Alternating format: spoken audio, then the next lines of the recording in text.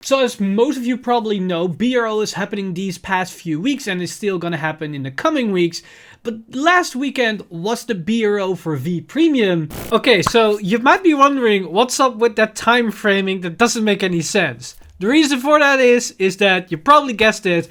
This video with Past Me was recorded in the past, about 2 weeks ago, right after BRO V Premium. So when I say things like last weekend or the next coming weekends or whatnot, it doesn't really apply to today or when this video is up. So keep that in mind, as seen as I didn't have time to edit the whole video, as well as I wanted to release this video right before I also gonna release the deck spotlight for Chronojet or Chronos Command. So I wanted to give myself a bit more time, hence the delay of this video. But further than that, this video doesn't really change, or at least the contents pertaining in this video doesn't really change all too much. But if I say specific things like next week or the following week or last week or whatever, keep in mind that this was all set in context of right after BRO V Premium that happened about 2-ish weeks ago, if not a bit longer than that. But further than that, that's everything from future me, so I will give it back to past Time Leap to say all about my excitement for BRO V Premium and of course the potential of BRO Standard. But I'm not 100% sure if I can enter. This all has to do with work, but you will figure out and learn more about that very soon. Other than that, see you guys in the next one. So as most of you probably know, BRO is happening these past few weeks and is still gonna happen in the coming weeks. But last weekend was the BRO for V Premium, and I, of course, participated. And today, I want to go over my experiences, the deck that played, the meta that's happening right now, and as well what's going to happen in the future for V Premium moving forward.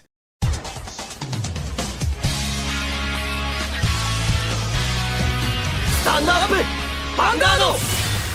Hey Cardfighters! Today we have finally, once again, what I would like to say, a tournament report. It's been a very long while that we did one of these, because the last time that there was an official Bushiroad sanctioned tournament, at least the one that I participated in, was before the whole pandemic. I know BSFO was happening last spring, or this spring, but I sadly couldn't participate because of many reasons. And of course, I participated in the Cardfight Invitational almost half a year ago, but that's not an official Bushiroad tournament. Now, in this video, I'm going to go over my experiences in the tournament, as well as the deck that I played in this tournament. You can take a wild guess what I took for V Premium, but before all that, I also want to take a look at the current format and the meta to basically paint a better picture of what was going through my mind before going into this tournament, and also moving forward, what's going to be the next things that are going to change, as well as things to prepare for once we have more tournaments later down the line. And of course, things that I wish are going to happen after the whole tournament concludes. Now, for the meta for V Premium, I would say it's somewhat in the same ballpark as Premium in the context of a healthy format where there's a lot of variety in top contending decks. But I almost want to say and go as far as that potentially Premium is a bit healthier than V Premium for a couple of reasons. Now, the current format, if you want to talk about the best decks in V Premium, there are probably 4 names that everybody knows about. That is Bermuda Triangle and mainly Prisms, but you can say also the Melody deck in the same breath, as both builds are very powerful. Now, the second deck, of course, is Luard. It's still as powerful as it's ever been. It's going to go nowhere as long as they are not going to restrict anything of the deck, as it's such a powerful toolbox engine that can just get its deck online on a very consistent basis. Then another household name is Spectral Duke. Now, this deck came to the limelight after the restriction with Gurgrit, as of course full power Gurgrit is definitely better than Spectral Duke. But Spectral Duke is not something to ignore. Its recent capabilities with the potential of getting extra drives on top of it, and the extra pluses it can generate, and of course the Percival and Eccleville engine are just incredibly powerful, which allows this deck to just dish out a lot of power as well as a lot of multi-attacks. And then the fourth name that a lot of players are very familiar with is Gavriel. the Rescue Check deck. Those decks are basically one of the top contenders that everybody has to be wary about. Well, definitely will take a top spot and can potentially just take the entire tournament. But a lot of the other decks are basically just below that. Like that's Chrono Jet, the Cross is also still a contender, Tachikaze and Vanquisher. A lot of people are not respecting the decks all too much, but personally I say don't sleep on those decks. They are just as powerful in the right hands and can do a lot of devastation. We have Grand Blue, Shaharad, even Messiah is still very powerful and can definitely just out of nowhere take the entire competition. And surprise, surprise, Maelstrom also made his appearance during the NA tournament where it went undefeated in 9 rounds of Swiss and finished a 4th place in top cut. And the reason why it did so well is not only because Maelstrom is so powerful, but also because of another thing that changed right before this tournament happened.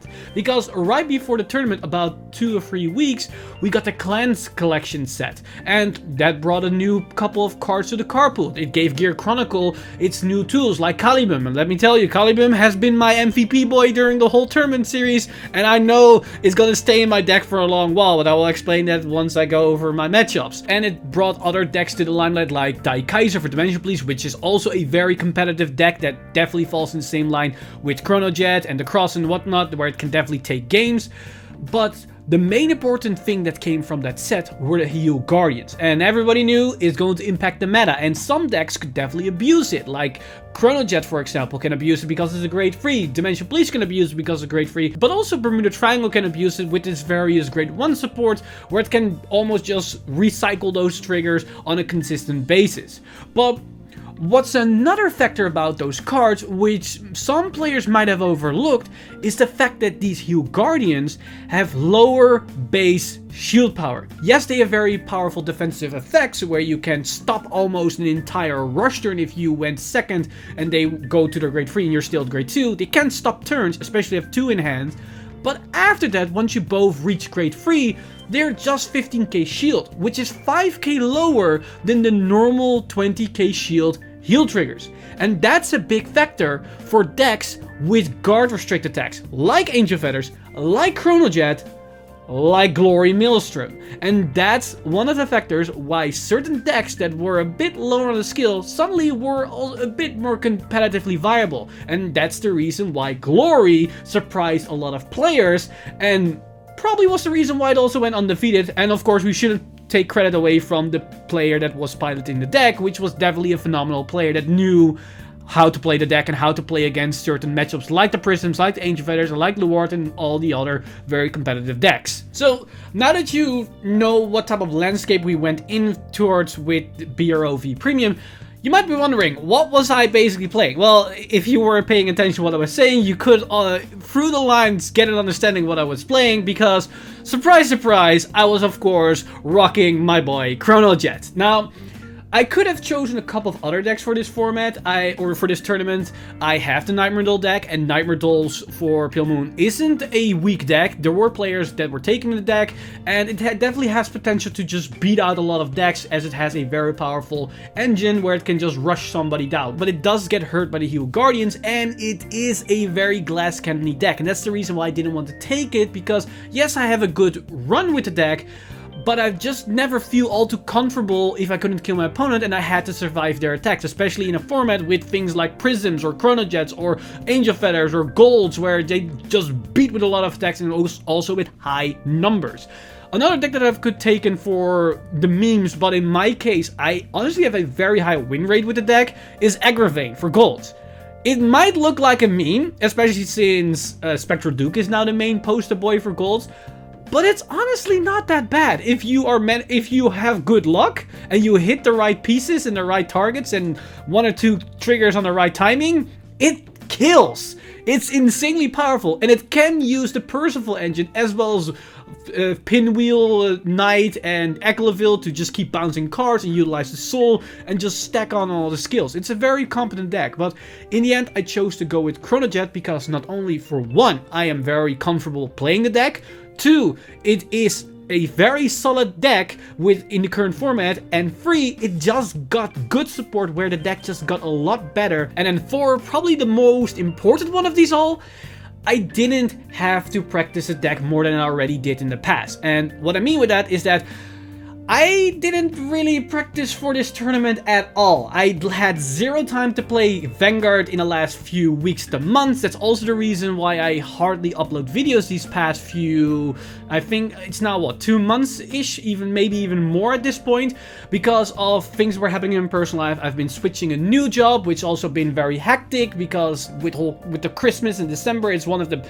busiest moments at my new job, which means I just came in at the best or worst timing, which forced me to put a lot of time and attention in the job where I have to take away from Vanguard and from the YouTube channel as well. So those factors together made me choose for Chronojet, and at the same time, if I have a chance to play Gear Chronicle at a tournament and there is a potential of me performing at least a bit well, I will definitely take it, as that at least gives me one reason to play the deck once again. Now, I won't go into too much detail on the deck list and all the strategies, because tomorrow, or maybe 2 days after this video, depends on how my upload schedule will be for this week, and also editing these videos through work and whatnot, I will do a Chronos Command deck spotlight. Now, spoilers alert, I do run a Chronos Command in this list, and it's basically the same list that I'm gonna focus and present on the spotlight video, but it's called the Chronos Command Spotlight because I'm gonna talk about all the new cards in the V Clan selection, and Chronos Command was a new boss unit, but Chronos Command is not a boss unit of the deck. It's basically a supporter card and a new potential toolbox option that you can utilize. But for anybody that cannot wait for the video and want to know now what I played in its entirety, here's basically the deck list, and these are the ratios that I run. Now, overall, it's relatively standard, but interesting enough, from other Gear Chronicle players that were playing in the same tournament, I do differentiate a bit with certain ratios and choice of cards. A big difference, what I've seen with other Gear Chronicle players, is that I was maxing out on Calibims. A lot of other players were running 3 or 2 of Calibim and were more prioritizing Naboo. And I can understand that, because Naboo in the current environment is actually ridiculously good. If you can do an early rush with double Naboo, even if you went first, they cannot actively G-guard you, or should I say, Heal Guardian you. Because Naboo force your opponent to only guard with grade 0s. They cannot guard with grade 1s and higher. And the new Heal Guardians are grade 3s. So if you swing with a Naboo and swing with a Naboo again, those are 2 attacks that they cannot use their Heal Guardians on. Which means, if they still want to Heal Guardian you, they have to use it on the Vanguard attack, which sometimes is a bit awkward, as it doesn't give you the full value that you could get out of the card. So, it's an interesting card that does play very nicely into this new Heal Guardian meta, and that's probably the reason why most players were maxing out the card as much as possible. But I personally put more emphasis on Caliban because it gives me very good spot removal, and let me tell you, it saved me a lot of the time. That one removal that sometimes can draw me a card or get me a grade 2 or a grade 1 from the drop zone that I can use in another good turn, or maybe in the same turn, was sometimes very important. So yeah, I will probably still rock 4 Calibims even after this tournament, knowing what happened and knowing how certain cards performed. Now, as for the tournament itself, I participated in the EU version as well as the NA version of the Bureau circuit. And for the EU, there were 8 rounds of Swiss, and for NA, there were 9 rounds of Swiss. Now, spoiler alert, EU didn't went all too well, because after round 4 I basically dropped because I went 2-2 and I knew that there was no chance of going to top 8, and usually I just play the games out, I just go through Swiss, but because I knew that I also going to play in NA and it gives me more chance to basically perform there, I just basically made the decision to stop the tournament, give myself some room to grab some eat, to relax a bit, and to prepare for the tournament itself, so I could reflect a bit on my games, know where I made some mistakes, and try to rectify those mistakes with the second tournament. Because even before I went to the tournament, as I already explained, I didn't play Vanguard for a couple of months, and I had no competitive experience for almost 2 years. So I was quite rusty, and therefore EU was basically a way for me to try to rub the rust off the old machine and try to at least prepare for the NA tournament, where I'm gonna bet everything on that will be where I hopefully will perform. But interesting enough, about the EU fights themselves, they weren't actually very favorable for me, because of the 4 games, I went first on all of them, and I wrote Chrono Tooth Tigar on all of them, which is basically, you couldn't ask for more for a Gear Chronicle player, but sadly, because of certain instances, I couldn't capitalize fully on every situation, and some of them definitely had to do with me not playing optimally and making certain misplays that will bite me down later down the line, and in some cases, it also was just not knowing the matchup, because if we go into the matches themselves, in the first round, funny enough, I went up against the mirror. I went up against this Gear Chronicle deck, and interesting enough, there were only, if I remember correctly, 11 Gear Chronicle players out of the 160 players for that tournament.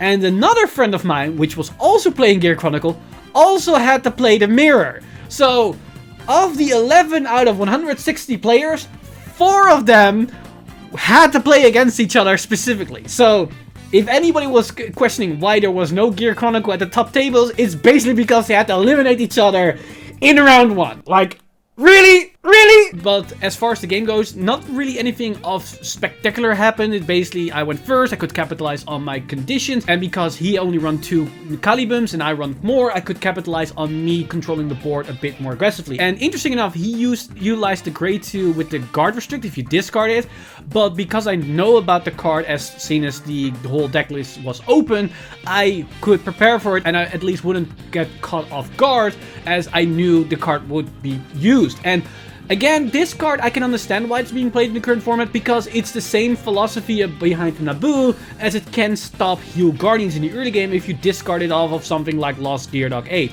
And that's also one thing, Lost Geardog 8, together with Calibum, they were the MVP in this tournament. They were ridiculous throughout. Now, for the second game, I went up to an old local player from my old locals that sadly doesn't exist anymore, and he was playing the Melody deck. Now, again, I have not played against any of the top contender decks at all, so these were all just first experiences, so I had to learn everything on the fly, and yeah, I did not realize how ridiculous this deck could be, because he hit all his soul charges very early on, and suddenly he just starts hitting me with like 50k columns, and he had interceptors for 30 to 40k. So even though I could establish a Chrono Jet that could hit for 60k, he could just basically intercept with 1, and then call 1 card from hand, and almost make it a 1 to pass.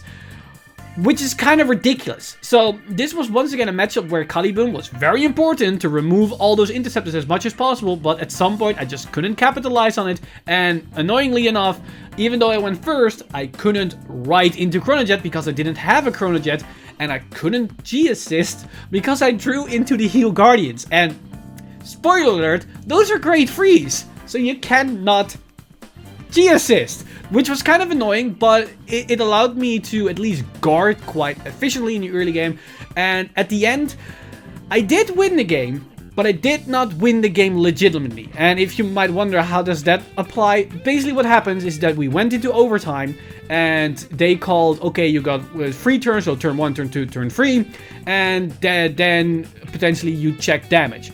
In my understanding, we didn't pay attention good enough what they said. I thought you're gonna play out those 3 turns. Apparently it's that, or you're gonna reach 10 minutes in overtime. And once you reach the 10 minutes, regardless of those 3 turns, they're gonna compare the damage. So what happens is that it was turn 3 on his side. He was at 5, I was at 4. He was about to attack me, and I had no cards in hand. I had no heals that could save me, and he would come with double crits on all his attacks, which were all 60, 70k attacks. There was no way that I could survive this turn, but the moment he was about to declare his attack, the judge came in, the 10-minute mark went over, they compared the damage, and because I was at 4, they gave the win to me. It's probably the worst win that I ever got, because I should have lost the game. Fair and square at that point, but sadly, because of the rules and the way that it played out, I was given the win, which didn't really sit all too well with me at that point. But moving on, I went to round 3, and this is where my memory is failing me a bit, because I don't remember exactly what I was facing up. I think I was facing off against Angel Feathers, but I could be wrong. So if I was facing off against Angel Feathers, I think it was this list. But if my opponent that maybe watches this video can rectify this, well, against who I was playing, if this was your list. But I just cannot remember for the life of me what actually was happening, and I don't know why. Usually my memory is pretty good with this one, but I apparently just spaced out, and I obviously lost this round, and I wish I could remember, so I at least could at least learn something from fighting against Gabriel, but that means I need to practice more and know how to fight against Gabriel in the future. But sadly, I lost this round. And then for the 4th round, I went up against Prism. And again, I never faced against Prism, so I had to learn everything on the fly. But luckily, because I do all the news videos and talk about the latest reveals, I at least knew about the combos. I knew what was coming. The only thing that I didn't know instantly were the exact numbers. So I had to take everything very slow to understand what the numbers potentially could be and what I had to guard against. So I had to learn everything while also playing the game, which was not ideal. And what I also learned that game is that Hue Guardians in Bermuda Triangle are kind of busted because he sent, I think, all 4 of his Hue Guardians back to the deck. And I was like, how is that fair? Luckily though, he couldn't capitalize on them because he couldn't shuffle his deck. He didn't see any of his Setnas, which thank God wasn't the case.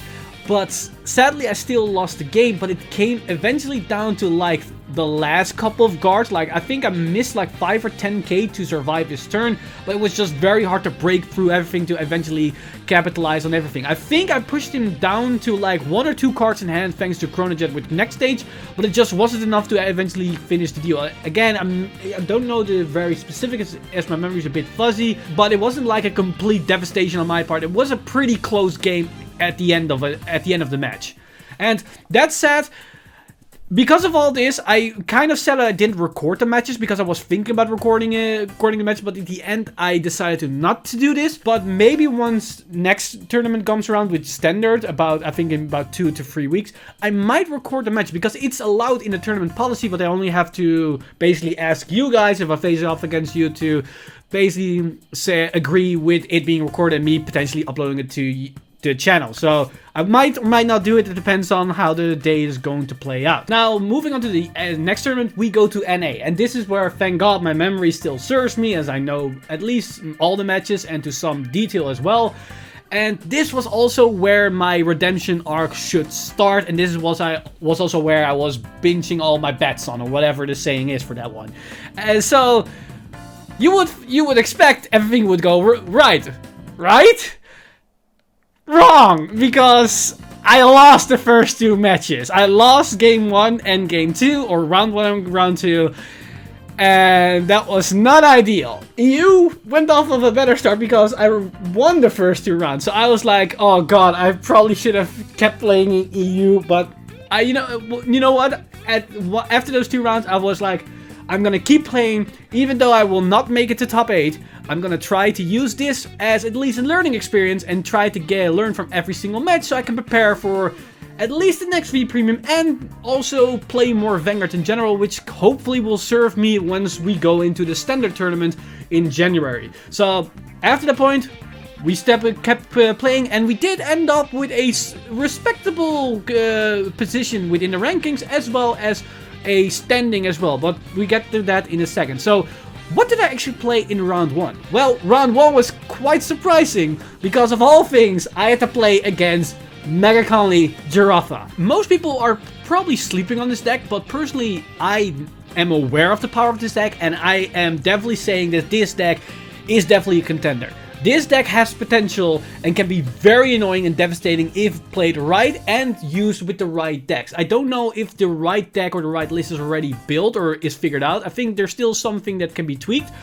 But Giraffa as a grade 3 itself is kind of powerful, and with all the different engines that Mega Conley has access to, can be super annoying to deal with. And this was basically a mix with the, the token mechanic of Gordora, the cradle markers, which made my units even more useless. And interesting enough, from experience, I know this is somewhat of a 50-50 match with Chronojet, because you might know or might remember I did the showcase of Chronos Command with Philip from the Top Deck Heroes video right here. You can see here also preview, where he was playing this deck. So I at least had some experience with Chronos Command, or Chronos Command Chronojet, against this deck. And the deck that I was playing against Philip was very similar, if not the exact list that I'm using in this tournament, only the Giraffa player list was a little bit different from the list that Philip was using, but the general core was the same.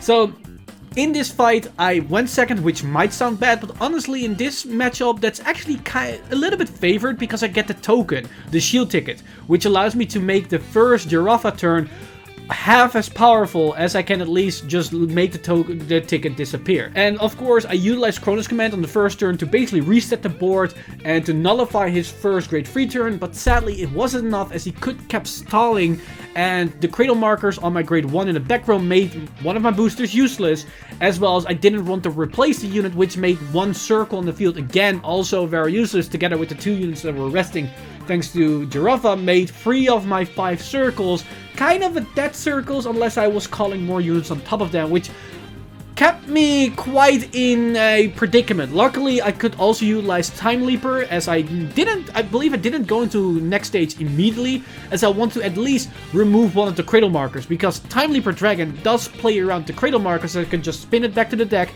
They don't get the search, but I do get a new unit on the board without them giving any advantage. But in the end, they could capitalize on their, I believe, their third turn into a true scissor turns, or a cross scissors, or however that grade 3 is called, that allowed them to get 5 attacks, and I just couldn't guard the final attack, which then made me basically hit the 6 damage. If I had like 1 extra card, I could have guarded and then go into my next stage, which I believe would have won me the turn, but I don't know for 100%. But overall, a very close match. It's a very annoying match to play against, but definitely a good learning experience, and it's definitely something that I think a lot of players should keep an eye out, because it can be very annoying if you aren't prepared against this particular deck. Then moving on to round 2, which was also a loss, was against Vanguard. Vanguard, I know very well because I have the deck myself, and I know how powerful it is, and believe me, this match, I wish I recorded this, because this match was wild. Like, we didn't have any damage in the early game. I believe he went first, but I'm not so sure if that's the case, but it's not really all too important here. But we had hardly any damage. I believe we were at 0 damage once we hit like grade 2 or grade 3. But then instantly we both went to 3 damage, because I ripped the crit, he ripped the crit on me, and then damage went like haywire. But once he critted me, I managed to get double defensive triggers on his grade 3 turn nonetheless. So I was like on a, I believe I was on a 30k base or a 33k base. So if I'm a 33k base, I probably went first, but again, not really important here. But it basically shut his entire turn down, and that was somewhat of a saving grace, because he already dedicated a lot of cards to the board, which then allowed me to at least disrupt some of his multi-tech plays, because I could utilize my Calibums to remove some of his grade 2s and grade 3s that were combo extenders, and at least make his next turn less optimal. But he had Rising Phoenix in the drop zone, because that's the reason why he didn't have any damage, because he basically just wanted to pass me with his Rising Phoenixes, and I didn't hit triggers, which meant he just didn't get any damage, but he also didn't minus, because those Rising Phoenixes will come back, and it did come back to bite me in the ass later down the line. After that double defensive turn, and I pushed him a little bit more, he went again into a very combo heavy attack turn, but I did manage to hit a defensive, which allowed me to barely survive the turn. I pushed again on the next turn, but then on his crackback, he just barely had enough attacks to just finished me off, and then again I had like 1 or 2 cards short to actually survive the turn. Overall, a wild game with a lot of twists and turns, with explosive craziness that happened, and honestly, I am very sad that it wasn't recorded, because it was wild. It was wild. So those were the 2 matches that I lost. But now this was the point where I wanted to just try to at least make a comeback to at least some extent. And for match 3, I went up against Tachikaze, the Gaia Spinal Driver deck that came straight from the new Clan Collection set. And I know that this deck is very powerful. It is very explosive and can just run you over with no problems. And I was immediately in a problem, because I went second in this match. So I knew if he could set up, it was over. I would go X3 and that's it. And then when he rode the Savage Shooter on the Vanguard circle, I knew I was in a big problem, because that was basically his best right target. Luckily, he couldn't establish a powerful attacker, because he needed to call a grade 1, engage it, and it was the Prison Bird, engage it, which allows him to deck filter a bit, but it didn't really put up a lot of aggression towards me, which allowed me to at least stem the bleeding a little bit. And the card what I was mainly afraid of was Sweeper, because Sweeper is a card that if he can set up fast enough, I cannot do anything about, because it's immune to my Calibims. And when he rode the Savage Shooter, I was convinced he was going to call the Sweeper Acrocanto, and that was basically what spell the end of the game right then and there. But luckily that didn't happen, and then once I rode into my grade 2 turn, that's when the tide of the game starts to shift into my favor. Because what I basically did from that turn onwards was control the board as much as possible. Not only the amount of units he has access to, but also the amount of gauges that he has. For the entirety of the game, he couldn't establish more than 2 gauges because I kept spinning his units with gauges back to the deck thanks to my Calibims, which also meant that if a unit disappears via Calibim, the gauges would go to the drop. And on the very first unit that I sent back, I saw the Sweeper Acrocanto being sent to the drop. So that meant one of his Acrocantos was already gone. So from that point, I was basically ignoring the presence of the Acrocanto because it was very unlikely that he would draw into the other copy, and that gave me a bit more breathing room. But I basically put that tempo and that game plan throughout the entirety of the game, and I used my next stage to just push the game harder and harder, and for some reason I kept drawing into more copies of Calibim, which allowed me to just spin more of his rear guard, which meant he couldn't really put a lot of aggression towards me. And luckily he also had to ride into Gaia instead of into his Spinal Driver, which meant his aggression was very limited, and eventually, because of my higher numbers and higher pressure as well as field control, I would come out of top and basically take my first win for the tournament. Then we enter round 4, and round 4 is where things start to go crazy once again. Because for round 4, I had to face up against the Astro Poet deck. And this is once again a deck that I think has some potential, as it can just run an entire tournament if the player is a little bit lucky. And let me tell you, the opponent was lucky, because not only did he win first, he had the entire high roll. When I was on grade 2, I was facing a Vanguard with 5 force markers and a Valkyrian with triple drive swinging twice. So he had in total 5 drive checks, 3 attacks that would swing for like 70k plus, and also 2 rear guards that would at least pressure me a little bit because that was a 10k base. On that turn, on those 5 drive check turns, he hit 4 criticals. 4 criticals out of 5. And in total of that turn, he dealt me 1 damage. Maybe 2, but if I remember correctly, 1 damage was dealt. What basically happened is that if we spin back time to the beginning of the game, when I was opening my hand and I had to redraw, I saw a grade 1, which was Lost Gearlock 8. I saw a Hue Guardian, and I saw a Perfect Guard in my hand. I knew it was up against Valkyrian, and I knew I need the Hue Guardian, and I need the Perfect Guard, because I also knew that I was going second to at least give me a great free turn. Because if he high rolls and I do not have those 2 cards, I am basically done. And the Lost Gearlock 8 allows me to do a play that saved me the game. Because I read all those other cards, I see my Chrono Jet, and I see a grade 2, so I basically have my entire game plan ready. I used the Lost Gearlock 8 to not filter for another grade 3 for Chrono Jet. What I basically did was search for another Hue Guardian, which meant the moment that he rode into his grade 3, I had 2 Hue Guardians and a Perfect Guard to my disposal. And those 3 cards saved my ass that turn, because what I did was I used the Hue Guardian to minus double critical his Valkyrian when he swung with his Valkyrian, so his Valkyrian was -1 critical. He drove checked 2 crits and a grade 1 on the Valkyrian, which meant he dealt 1 damage. Then he swung with the Vanguard, which I then again -2 critical. He hit a critical, put it on the Valkyrian, he hit another critical, put it on the Valkyrian. Then he attacked with the Valkyrian. This time it's for 5 crits, because the -2 criticals until the end of battle. And then for that 5 crit Vanguard, 5 crit Valkyrian attack, I used the PG to save my ass, because otherwise I would be dead. And because I did that, I literally won the entire match. As because he hit crit grade 1 with his Valkyrian, he could no longer open up the astral plane after that point. His Valkyrian wouldn't enter the game or enter the field after that turn, because he couldn't rewrite anymore, and he had no cards to allow him to put cards back into the soul. So he had only 1 grade in the soul, and that's it. which meant I only had to deal with a 63 or 73k Vanguard swing every single turn, while I'm at like 2 damage, I believe, which meant I could take one, and I had PGs in my hand in the subsequent turns because I kept drawing into them and drive checking into them, which meant I could basically just easily cruise through the game until I could finally kill him with a next stage Chrono Jet turn. So if I didn't prepare on my opening hand, basically my opening hand dictated me winning the game. If I didn't kept the cards in my opening hand that I did, I would have died, and that would be the end of the game instantly right there on that spot.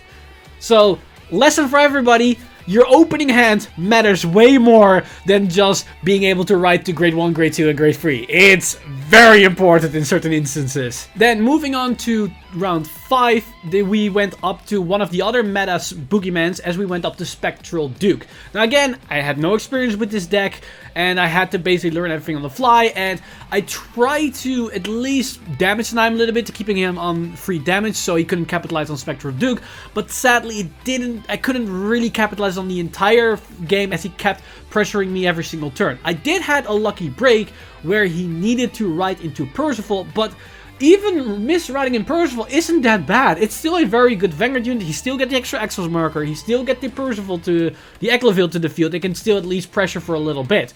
And then he drove check into the Spectral Duke, which meant even though he was on that Vanguard, I couldn't really pressure him all too much, because if I hit him over 4 damage, he can ride the Duke and just go wham after that. Even though I kept him on free damage, he did rotate into the Duke, which makes sense because he get an extra circle and still a double Vanguard swing, which will pressure me regardless. And I try to at least remove some of his rear guards with Calibum. I think I made a crucial mistake by removing, I believe I went for an Egleville because I felt like it had too much value, and keeping a full Cavalier Dragon on the field, which meant when he went into his Spectral Duke turn, he could use the Cavalier Dragon again, Soul Blast 1, and get another free body on the board. Maybe if I went for that unit instead of the Egleville, might have made a change, but I don't know how much value that extra unit on the board gave him for the whole play and how much that translated into the rest of the turns.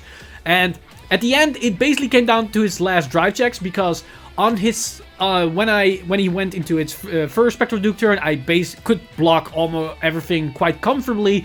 But then I went into my Chrono Jet next stage turn, and I knew I cannot keep this up forever. I need to pressure him now. I need to try at least close it or force his hand, which basically what I did. I pushed him to 4 or 5, and I also pushed like all cards from his hand. He had like, I think he had only 1 or 2 cards left when he went into his second Duke turn, but he did have a couple of units on the board.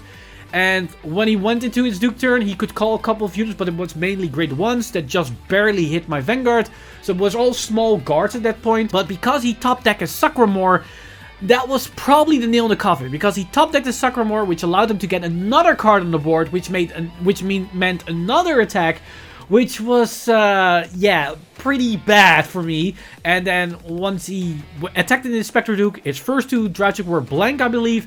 And then for the second attack, I could effectively take 1 trigger. I could handle that, but 2 triggers would probably be the end of me. And what happened was he drove check, crit, front, crit, with 2 front row units still standing, which meant that was the game. I wouldn't survive, and it was basically GG, and I went to X3 after round 5. Now again, as I said, I wouldn't drop. I would keep continuing and try to at least win as many games afterwards.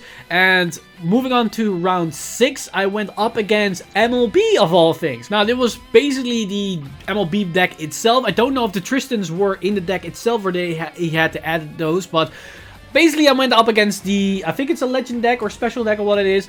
And yeah, it basically went as you predicted. He did have his MLB immediately on the very first grade 3 turn. I believe I did went first, but the 18k base was kind of annoying to deal with because it meant that certain attacks weren't as powerful, and most of my grade 2s are 15k pokes or 10k pokes in certain instances, which meant he could easily guard most of my rear guard attacks and was mainly coming down to my next stage turn. But luckily I did have a Heal Guardian for his first swing, and then a perfect guard for his second turn, which meant I could at least establish my defensives and then just pressure him with a more powerful Chrono Jet the following turn, because he couldn't really capitalize on his rear guards, which meant I only had to deal with his Vanguard's pressure, and just the Vanguard with a PG in hand doesn't really favor the player, and that basically allowed me to take the game, which meant I was now going 3-3 in round 6. Now, moving on to round 7, I went up against Dai Kaiser, and this Dimension Police build is basically what you expect of most Dimension Police build. It has all the good stuff, and it basically utilized Dai Kaiser mainly as a support unit. And yeah, this game didn't really went too well for my opponent, because he had to ride into Great Dayusha as a first grade 3, and he was basically stuck there. And all the other grade 3s went to the damage zone. Every damage was basically a grade 3. He did try to capitalize with his Twin Blader to make his Dayusha at least come for sizable numbers, as he went for Force 2, and he used the grade 2 alien dragon thing to minus my Vanguard a bit, but thanks to Calibum, again being the MVP here, I could spin back the Twin Order, which meant I removed all the power he had on the board, and he had to rely on the minus power to at least do some value against me. But the main reason why the game went the way it went is because my opponent sadly made a misplay where on turn 1, I believe, he used the grade 3 Searcher to grab the Black in top 5 and then immediately discard it, because he was on the assumption that he would get another grade 3 by the time he need to ride a grade 3, because he had the Great Yusha in hand. Sadly, that didn't happen, and he was stuck on the Great Yusha, and he had to pay the consequences of discarding the Black on turn 1. So that meant right now I went for free. Now, moving on to round 8, I had to face against Prism. So this was basically my redemption against the loss of Prism that I had in the EU fight. And I didn't really specify this, but in the EU fight, I actually could have won against the Prism player, was it not for 2 crucial misplays. And if I didn't make one of the 2, I would have won. I made a misplay on my final attack turn because I had 2 draws on standby of Ribble. If I drew at least one of the 2 cards, I would hit a crit, or at least I would hit a trigger on a 1 to pass, and I would have broke through. Even if I draw 2 cards, I would still hit the trigger, and then on his attack, which I would die, if I guarded a little bit differently, because I needed to at least bank on a 6 damage heal. Well, for some reason, I guarded, then banked on the heal, got the heal, but I still missed 5k shield to guard the rest. If I didn't guard with that trigger and just immediately went for the 6 damage, I would have had enough shield. I don't know why I made that misplay, but I sadly did make that misplay. So now I was like, I'm not gonna make the same mistakes. I know how the deck now works, at least to some extent. This time, we're going to take the W. And interesting enough, he did run the Referate, which didn't came up in this match. So I was kind of wary of what that card potentially could do. But I tried to make the best out of the game. And yeah, it was a very interesting game, because I did win first, if I remember correctly. But let me tell you what my first grade 3 turn looked like. I rode Chrono Jet, I get a force marker on the Chrono Jet, and I swung with a 23k Chrono Jet. That was my turn 3 when I went first with Chrono Jet. My hand was basically 2 triggers and 3 grade 1s. Those grade 1s were 2 Chrono 2s and a Ribble. I had 1 Counterblast. I was not feeling comfortable by discarding those 3 cards and then only being able to use 1 Ribble and 1 Chrono Tooth. I was like, you know what? I'm gonna take the L on this turn. I'm gonna sit here. I'm gonna keep these cards in my hand and just immediately go to next stage next turn and try to win with that. And basically, moving forward to that, I tried to guard everything. This guy, I don't remember if it was this Prism player, but I believe he used Lieselot, got another Lieselot, bounced the Lieselot. Next turn, he used the Lieselot again and got another Lieselot on the board. I don't know how. For some reason, Prism players never misses on their Lieselots, because the Prism player that I played in EU used the Lieselot on turn 1 and got the grade 3 Prism unit on the board, which was also kind of ridiculous. But that aside, this game went on and on and on and on and on, and then at some point he had like 13 cards in hand, but he was at 5 damage. And then I had a couple of cards in my hand when I started my turn, and I had the choice of calling a Chrono Jet to the side to have 2 attacks with a guard restrict, with the sentinel restrict, or I could do the actual Gear Chronicle protagonist move. So what I did was I wrote my Chronojet from hand, get another force marker, so that put me on 3 force markers, because remember, I had 1 force mark on the first Grade 3 turn, I didn't Superior Ride, so I didn't get another one, then I got a next stage, which gave me another force mark on the turn after that, and then now I rewrite the Chronojet, which gave me the 3rd force marker. I discard a card to stride into next stage, so my next stage had 3 force markers. I swung with the next stage for 45k. I did have a couple of others. I think I had a Ribble or something, but mainly I had the Chronojet, the next stage for 45k, which he guarded. I think he perfect guarded, but I don't remember precisely. But then after that, I had a booster behind the next stage, a Chrono Tooth, but I didn't boost the next stage by making it 53, because for one, he probably had a perfect guard, which made the boost basically nonsensical and also no value, but more importantly, I knew he had massive shield in hand. My goal was to make my Chrono Jet attack as big as possible, so that Chrono Tooth 8k could at least force 10k shield more, but more importantly, I could stack triggers of my next stage on the Chrono Tooth to make my Chrono Jet even bigger. So I attack with next stage, I get a critical, or I get a draw, at least I get a trigger, put it on the Chrono Tooth, second check was sadly whiffed, then I go into the Chrono Jet, get another force marker, get the 15k power, which meant the moment I swung with my Chrono Jet, it was a 91k attack with a Sentinel Guard Restrict. He looked at his hand, he was counting, and then after a while, he threw down like 10 cards. 10 cards out of his hand. He had like 3 cards left, which were a Sentinel crit, a Perfect Guard, and a Grade 3, if I remember correctly. Those 10 cards he laid down on the field equated to 98k shield against my 91k Vanguard attack. I had 1 column standing left, but I knew that column would get guarded because it's 3 cards in hand, and it most likely was he kept a PG in hand. I dry check, blank. I dry check, a crit. Everything to Vanguard, and I killed him with a 101k double critical Sentinel Guard Restrict Chrono Jet. So if anybody wants to know how to beat a Prism player with like 15 cards in hand, just make a 101k Chrono Jet and win through that. And that was round 8, putting me at a respectable, I would say, 5-3. So I was quite satisfied after the round because I played my balls off during this match, and I know for a fact that even if I lose the next round, I would end up on a positive win rate with 5-4. As that was all after the first 2 losses. That was basically my main goal. Win at least more games than losing them today, because I'm rusty, I'm not too comfortable with the current meta, and there are definitely a lot of misplays that I'm making that I need to practice on moving forward. So for round number 9, I get paired up against Shadow Paladin.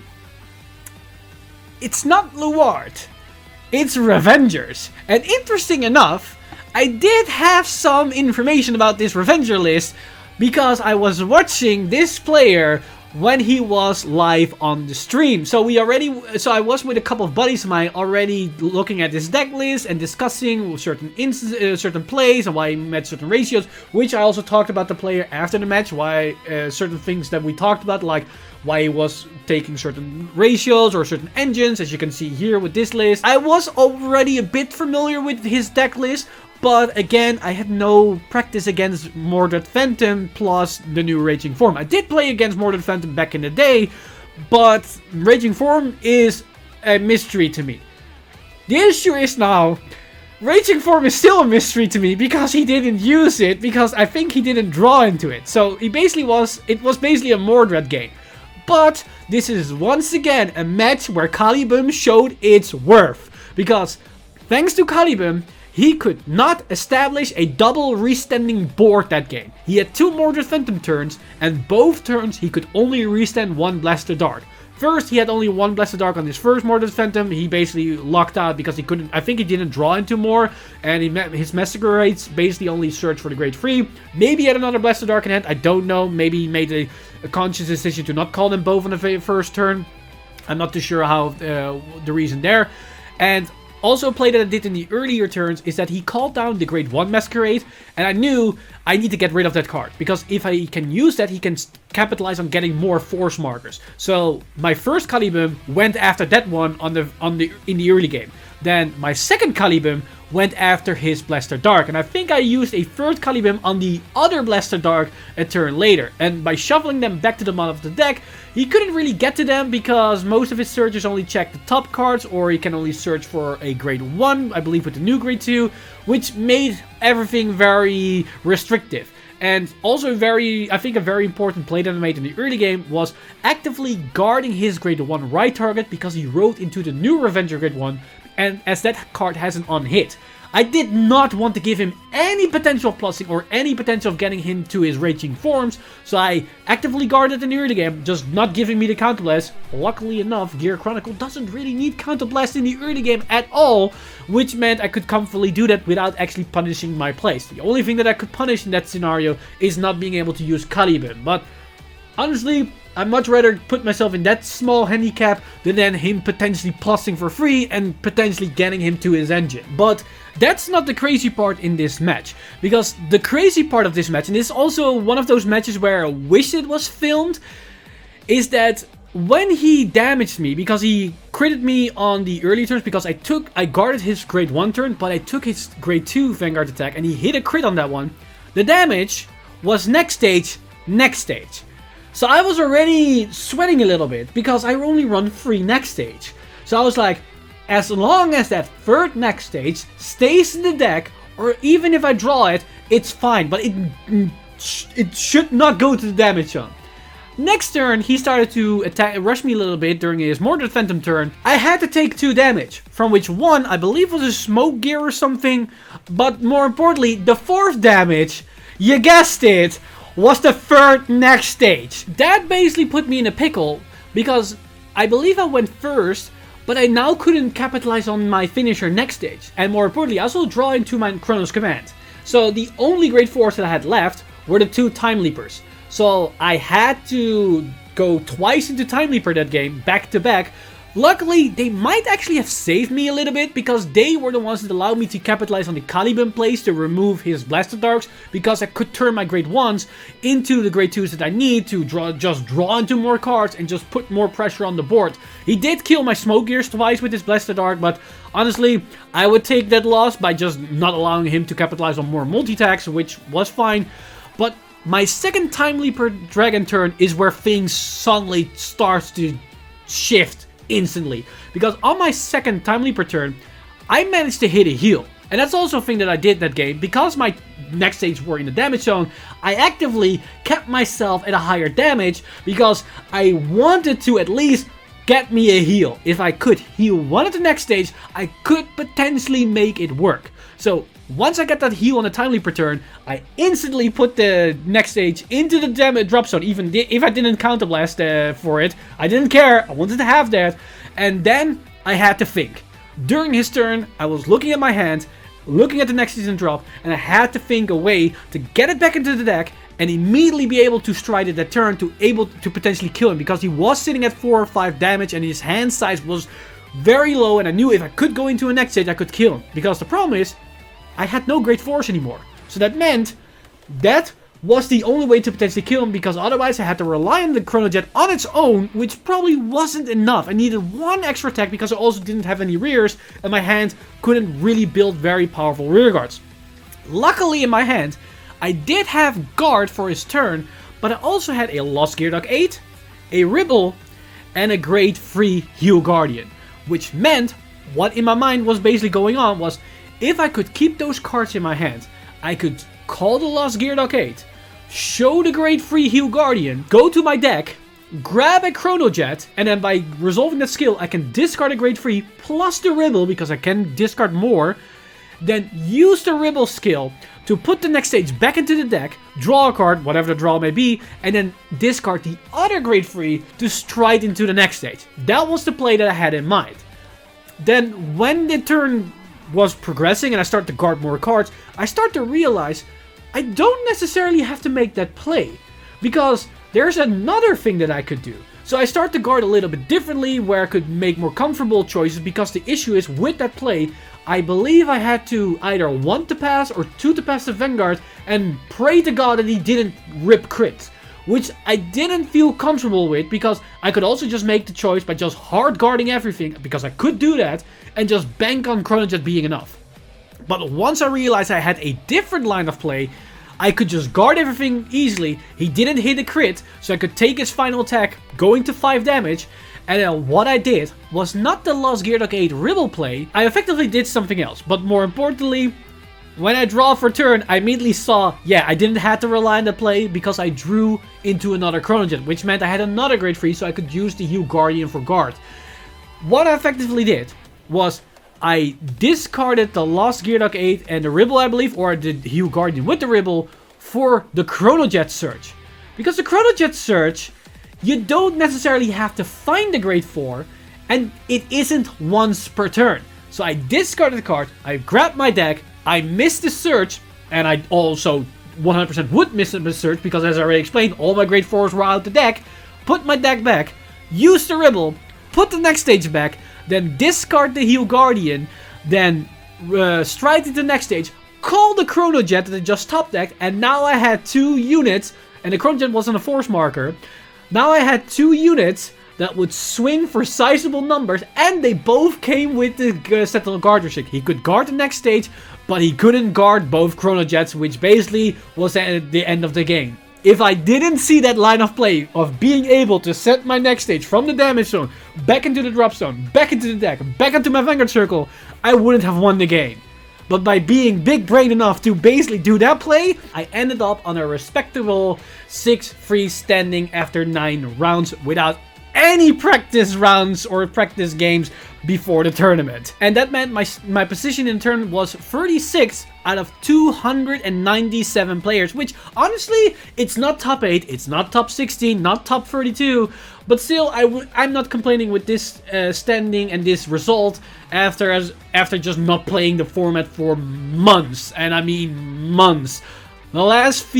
I think the last V Premium game that I had was with the remote fight against Outer Orange on her stream, and the last time that I played V Premium before that was probably against Philip with the collab when they revealed Chronos Command. That's how little I played. And I say out of 259 because you might have heard other numbers. I don't know the exact numbers, because on the tournament organizer on the Discord they say there were 357, but on the Battlefy page when we were playing there were only 339 even registered. But actually while playing the tournament there were only 259 in the actual brackets and in the actual standings. So I'm gonna go with the low number, because those are the number of players that I actually saw playing and actually participating. But you might have heard other numbers. And as for EU, by the way, by only playing 4 rounds, I don't know how, but I ended up being 82 out of 160. I almost made it in the top 50% by only playing half the rounds. I don't know how that worked, but I will take it. Now, moving forward, I'm definitely going to play test more. Once I have more time and work is going to ease out a little bit starting next year, I'm definitely going to make more preparation for the next tournament, as right now I'm probably more fired up than ever for competitive again. It's been a while that I've been this excited to play on a higher level than I did in the past. And I'm also very interested in Premium itself. There's a lot of things that I'm seeing with Gear Chronicle that I want to try to test out also with other decks. And I'm definitely going to at least try to prepare a bit more for Standard and try to get a better standing than 36 out of 270 players, 260 players. And maybe at the very least get top 16, and who knows, maybe even top 8. But we don't know. Standard can be a wild game, especially with overtriggers being in the mix. But we have to wait and see how that's going to go. Now, as for the tournament itself, I want to give a huge shout out to everybody involved.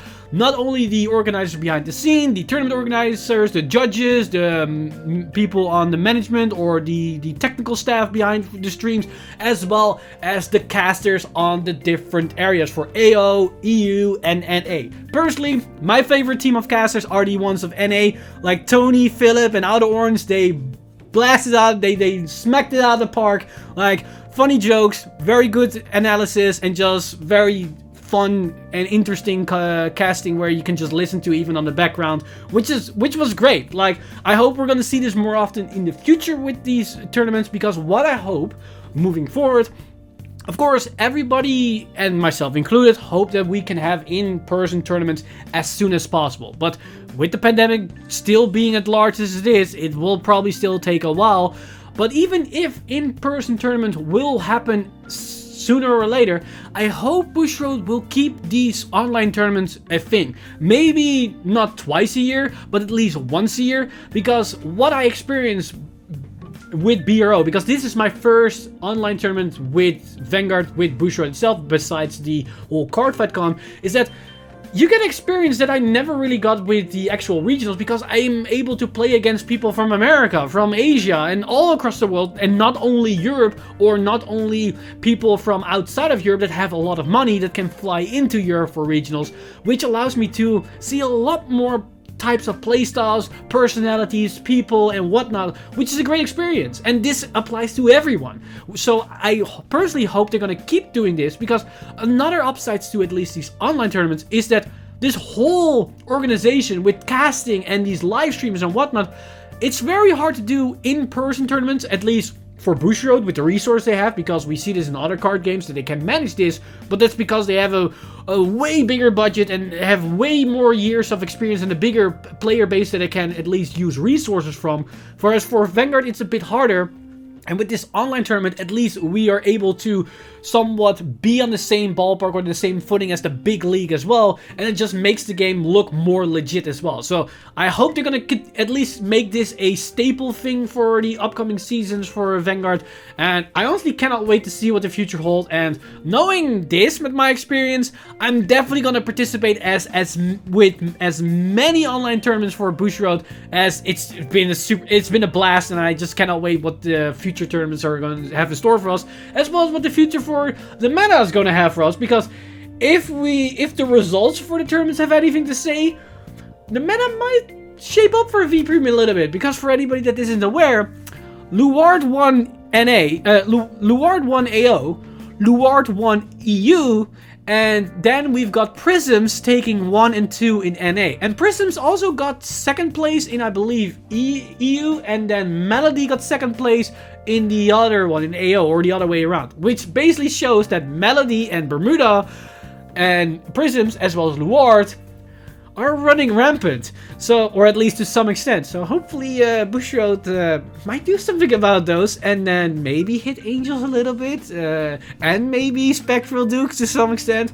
and then Chronojet can slowly rise to the top. But we have to wait and see till March, till the next ban list, to see if anything will happen and what this will mean for the future of the format. But in the meantime, I'm going to give a huge shout out to my Patreon supporters, as well as any player I played against during the EU as well as NA tournament. It's been a blast. I've enjoyed every game so far, and I hope we can get some more future games in future tournaments. But that said, if you too want to support the channel and everything that's happening on the channel, you can simply go to patreon.com/freakinginsider and become a Patreon today. But with that said, I've been Mr. Time Leap, and I'll see you guys in the next one! And also, don't forget to check out the next video where we're gonna dive into the full deck list for the deck that I played for BRO, as there's a lot to talk about the Chronojet deck, so stay tuned for that because there's a lot to learn and a lot to see.